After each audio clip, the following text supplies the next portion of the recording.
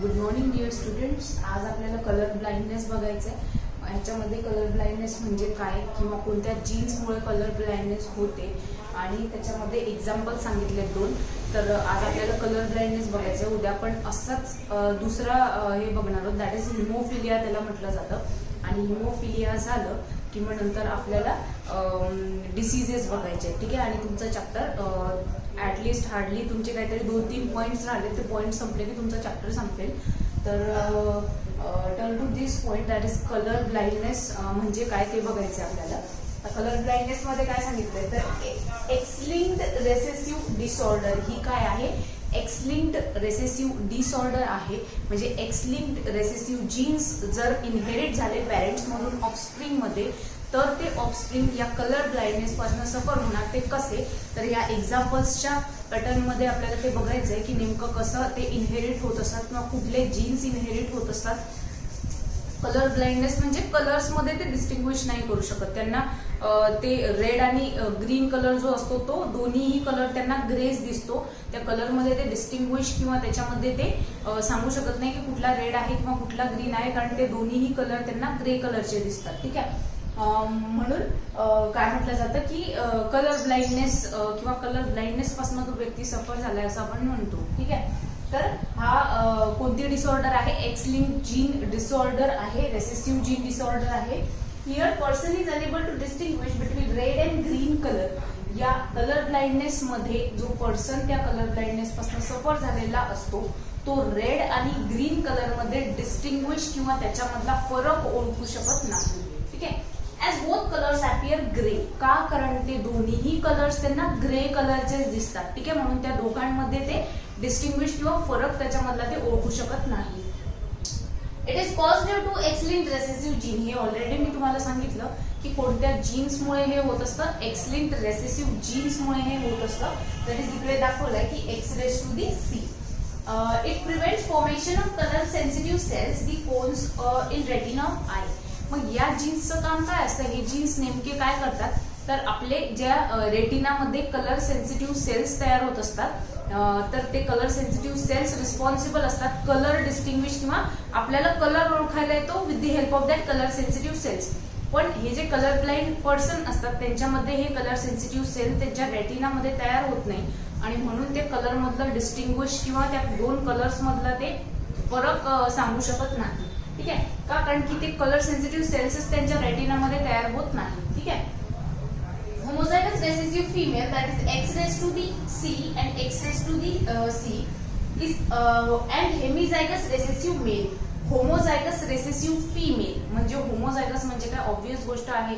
होमोझायगसच त्याच्यामध्ये 2 X chromosomes असतात म्हणून काय सांगितलं आपण, होमोझायगस रेसेसिव्ह फिमेल. रेसेसिव्ह म्हणजे काय की दोन्ही पण सी कसे आहे, स्मॉल सी आहे. जो कलर सेन्सिटिव्ह सेल असतो किंवा जो हा एक्स-लिंक्ड रेसेसिव्ह जीन असतो तो एक नॉर्मल जो पर्सन असतो की जो कलर डिस्टिंग्विश करू शकतो, तर त्याच्यामध्ये x⁻⁶ नी डिनोट केलं जातं. वाईल जे कलर ब्लाइंडनेस पासून सफर झालेले असतात त्यांच्यामध्ये रेसेसिव्ह जीन कोणते की x⁻⁻c अँड x⁻⁻c. म्हणजे दोन्ही जर स्मॉल सी असेल तर इट मीन्स की ती जी फिमेल असणार आहे ती कलर ब्लाइंड असणार, कारण दोन्ही पण स्मॉल लेटर्स प्रेझेंट असतात. एक कॅपिटल सी असेल आणि एक स्मॉल सी असेल तर तो कलर ब्लाइंड फिमेल ती राहणार नाही, कारण कॅपिटल सी असल्यावर ते डॉमिनंट जीन काय होणार, एक्सप्रेस होणार, नॉर्मल जीन एक्सप्रेस होणार आणि म्हणून ती फिमेल कशी असणार, नॉर्मल असणार, ठीक आहे. पण मग ते बघायचंच आहे आपल्याला. तर homozygous recessive female, that is x⁻⁻c and x⁻⁻c, while hemizygous recessive male. Hemizygous का म्हटलंय, कारण एक एक्स आहे आणि एक वाय आहे, ठीक आहे. इकडे आपण होमोझायगस म्हटलंय कारण दोन्हीही एक्स आहेत. Homo means same, hemi means different, ठीक आहे. तर homozygous recessive male, that is x⁻⁻c y, unable to distinguish between red and green colour. मग जर एखाद्या फिमेल मध्ये हे रेसेसिव्ह जीन्स प्रेझेंट असेल तर ती कलर ब्लाइंड असणार आणि मेल मध्ये जर हे रेसेसिव्ह जीन असेल तर तो मेल सुद्धा कलर ब्लाइंड असणार. ते रेड आणि ग्रीन कलर मधला फरक ओळखू शकणार नाही. हे म्हणजे कसे आहेत, हे जीन्स रेसेसिव्ह एक्स-लिंक्ड जीन्स आहे की ज्याच्यामुळे तो पर्सन कॅपेबल असतो की त्याचा जो डिसीज आहे, जो कलर ब्लाइंडनेस आहे, तो समोर ट्रान्समिट करू शकतो. Okay. The frequency of colorblind women is much less than in men. काय सांगितलंय की कलर ब्लाइंडनेसच्या ज्या केसेस आहेत त्या फिमेल मध्ये कमी असतात as compare to male. Then dominant X-linked gene, that is X raised to the capital C, is necessary for formation of color sensitive cells in retina of eye. मी तुम्हाला सांगितलं की जर एखाद्या व्यक्तीच्या रेटिनामध्ये, किंवा रेटिनाचा मिनिंग होतो बुबुळ आपलं, ठीक आहे, तर त्याच्यामध्ये जर एखाद्या व्यक्तीमध्ये कलर सेन्सिटिव्ह सेल्स तयार होत नसतील तर तो कलर ब्लाइंड असतो. तो रेड आणि ग्रीन कलर मधला फरक ओळखू शकत नाही, कारण ते दोन्ही कलर त्याला ग्रे कलरचे दिसतात. आणि नॉर्मल पर्सन जो असतो त्याच्या रेटिनामध्ये कलर सेन्सिटिव्ह सेल्स तयार होतात, ठीक आहे. तर मग ते कलर सेन्सिटिव्ह सेल्स तयार होण्यासाठी जे जीन, नॉर्मल जीन लागत असतो तो असतो X raise to the capital C. Capital C असेल तर तो व्यक्ती नॉर्मल असतो, त्याच्यामध्ये कलर सेन्सिटिव्ह सेल त्याच्या रेटिनामध्ये तयार होतात. म्हणून काय म्हटलंय, मग तो जीन कसा असतो, कॅपिटल सी आहे म्हटलं ऑब्वियस गोष्ट आहे, तो कसा असणार, डॉमिनंट असणार. Dominant X link gene is necessary for formation of colour sensitive cells in retina of eye. म्हणजे हा डॉमिनंट जीन जर प्रेझेंट असेल म्हणजे तो गरजेचा असतो. तो जर प्रेझेंट नसेल तर कलर सेन्सिटिव्ह सेल आपल्या रेटिनामध्ये तयार होणार नाही, म्हणून तो कसा असतो, नेसेसरी असतो. Thus, genotype of male and female individual is represented as. मग आता इकडे दाखवलंय की नॉर्मल फिमेल मध्ये कुठल्या प्रकारचे एक्स-लिंक्ड जीन्स पाहिजे असतात, वाईट कलर ब्लाइंड मध्ये कुठल्या प्रकारचे जिनोटाइप्स असतात, कलर ब्लाइंड मेल मध्ये कुठल्या प्रकारचे जिनोटाइप असतात, आणि नॉर्मल मेल मध्ये कुठल्या प्रकारचे जिनोटाइप्स असतात. तर इकडे सेक्स दाखवला, that is male and female. इकडे नॉर्मल साठी लागणारे जिनोटाइप आहे, कलर ब्लाइंड मध्ये प्रेझेंट असणारे जिनोटाइप आहे, आणि कॅरियर मध्ये प्रेझेंट असणारे जिनोटाइप्स आहेत. तर मेल मध्ये नॉर्मल मेल जर असेल तर X raise to the capital C Y हा जिनोटाइप प्रेझेंट असतो. कलर ब्लाइंड मेल मध्ये X raise to the small C आणि वाय हे जिनोटाइप असतात. मेल मध्ये कधीही कॅरियर नसतो, कारण त्यांच्यामध्ये एकच एक्स असतो, दुसरा वाय असतो, त्याच्यामुळे मेल मध्ये कधीच कॅरियर मेल नसतो, ठीक आहे. व त्याच्या अपोजिट फिमेल जी असते त्याच्यामध्ये नॉर्मल फिमेल मध्ये X raise to the capital C, X raise to the capital C हा जिनोटाइप प्रेझेंट असतो की त्याचं काम असतं रेटिनामध्ये कलर सेन्सिटिव्ह सेल तयार करणे. वाईल कलर ब्लाइंड फिमेल जी असते तिच्यामध्ये X raise to the small C आणि X raise to the small C हे जिनोटाइप प्रेझेंट असतात. जर ती कलर ब्लाइंड असेल तर दोन्ही लेटर कसे असणार, स्मॉल असणार, दॅट इज रेसेसिव्ह असणार, ठीक आहे. वाईल फिमेल मध्ये कॅरियर असतं, that is X raise to the capital C आणि X raise to the small C असेल तर इन केस ऑफ फिमेल काय असतं, ती कॅरियर असते, ठीक आहे.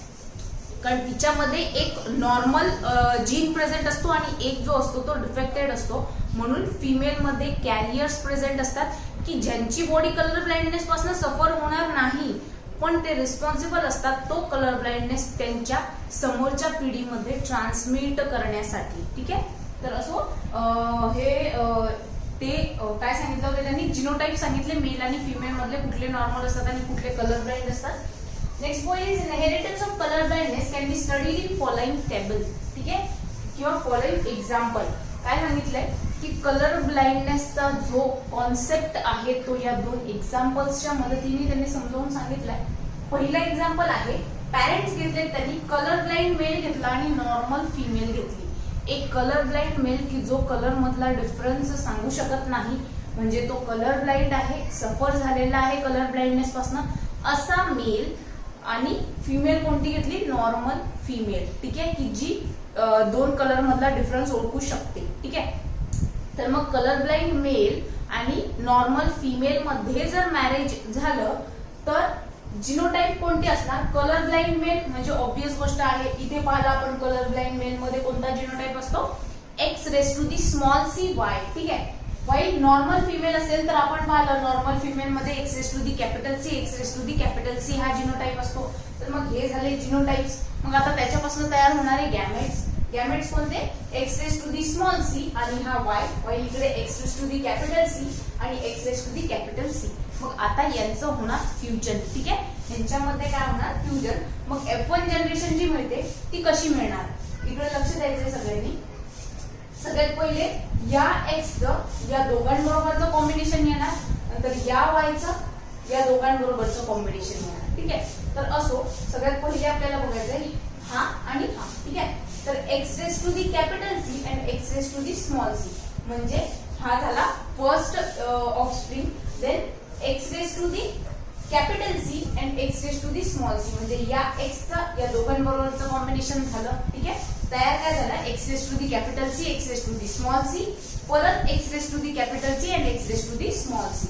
ओके, आता या एक्सचं या दोघांबरोबरचं कॉम्बिनेशन संपलं. आता टर्न टू दी वाय, वायचं या दोघांबरोबरचं कॉम्बिनेशन काय येणार मग, X raise to the capital C Y, X raise to the capital C Y. ठीक आहे, म्हणजे याच्यावरून तुमच्या लक्षात येईल आता कॅपिटल सी स्मॉल सी असेल तर आपण पाहिलं होतं कॅपिटल सी स्मॉल सी असेल तर ती फिमेल कशी असते, कॅरियर असते. ठीक आहे, म्हणून काय म्हटलंय, carrier daughters. Y X raise to the capital C Y असेल तर तो मेल कसा असतो, तो मेल नॉर्मल असतो. ठीक आहे, म्हणून काय म्हटलंय 50%. मग या दोघांमध्ये जर मॅरेज झालं तर त्यांच्यामध्ये 50-50% चान्सेस असेल. जर फिमेल झाली, मुलगी झाली तर ती कॅरियर डॉटर असणार, वाईल मुलगा जर झाला तर तो नॉर्मल असणार. त्याच्यामध्ये कुठल्याही प्रकारचा कलर ब्लाइंडनेसचा जीन इनहेरिट होणार नाही. ठीक आहे, म्हणून काय म्हटलंय 50-50% चान्सेस असतात. If there will be baby girl then she'll be carrier, while if there will be baby boy then he will be normal. ठीक आहे, तर मग हे झालं एक एक्झाम्पल. दुसरं एक्झाम्पल काय सांगितलंय की कॅरियर डॉटर आणि नॉर्मल मेल. ठीक आहे, जर मुलगी कॅरियर असेल, डॉटर कॅरियर असेल, मग आता इथे पाहिलं आपण 50% डॉटर कशा असणार, कॅरियर असणार. ठीक आहे, तर मग या 50% मधल्या जर एखाद्या डॉटरचा मॅरेज झालं नॉर्मल मेल बरोबर किंवा नॉर्मल माणसाबरोबर, जर या कॅरियर डॉटरचं किंवा त्या कॅरियर मुलीचं मॅरेज झालं तर काय होणार, तर जिनोटाइप काय, कॅरियर डॉटरचं पाहिलं आपण काय असतं, x raise to the capital C आणि x raise to the small c. पण नॉर्मल मेलचं तुम्हाला माहितीये x raise to the capital C Y. ठीक आहे, तर मग याचे गॅमेट्स परत तयार होणार काय, X raise to the capital C असणार एक आणि एक गॅमेट असणार X raise to the small C. While इकडे गॅमेट काय तयार होणार, X raise to the capital C आणि इकडे वाय. ठीक आहे, मग परत इकडे जसं आपण फ्युजन केलं तसं आपल्याला इकडे पण फ्युजन करायचंय. मग या एक्सचं या दोघांबरोबरचं कॉम्बिनेशन आणि मग या एक्सचं झालं की या एक्सचं या दोघांबरोबरचं कॉम्बिनेशन. मग सगळ्यात पहिले तयार होतो X raise to the capital C, x raise to the capital C, then x raised to the capital C y, then x raised to the capital C, x raised to the small c, या दोघांचं combination. मग उरले फक्त आता हे x raised to the small c and y सगळ्यात शेवटी. ठीक आहे, तर पहिला जो तयार झाला ती होती नॉर्मल फिमेल, दुसरा तयार झाला तो होता नॉर्मल मेल, तिसरं जे तयार झालं ती होती कॅरियर फिमेल आणि चौथं जे तयार झालं तो होता कलर ब्लाइंड मेल. ठीक आहे, कारण मेल हे कधीच कॅरियर नसतात, कॅरियर फक्त फिमेल असते. म्हणजे इकडे 25-25% चान्सेस असतात की जे फिमेल होतील तर फिमेल एकतर नॉर्मल असू शकते किंवा कॅरियर असू शकते किंवा मेल हा नॉर्मल असू शकतो किंवा कलर ब्लाइंड असू शकतो. ठीक आहे, 25-25% चान्सेस सांगितले तिकडे.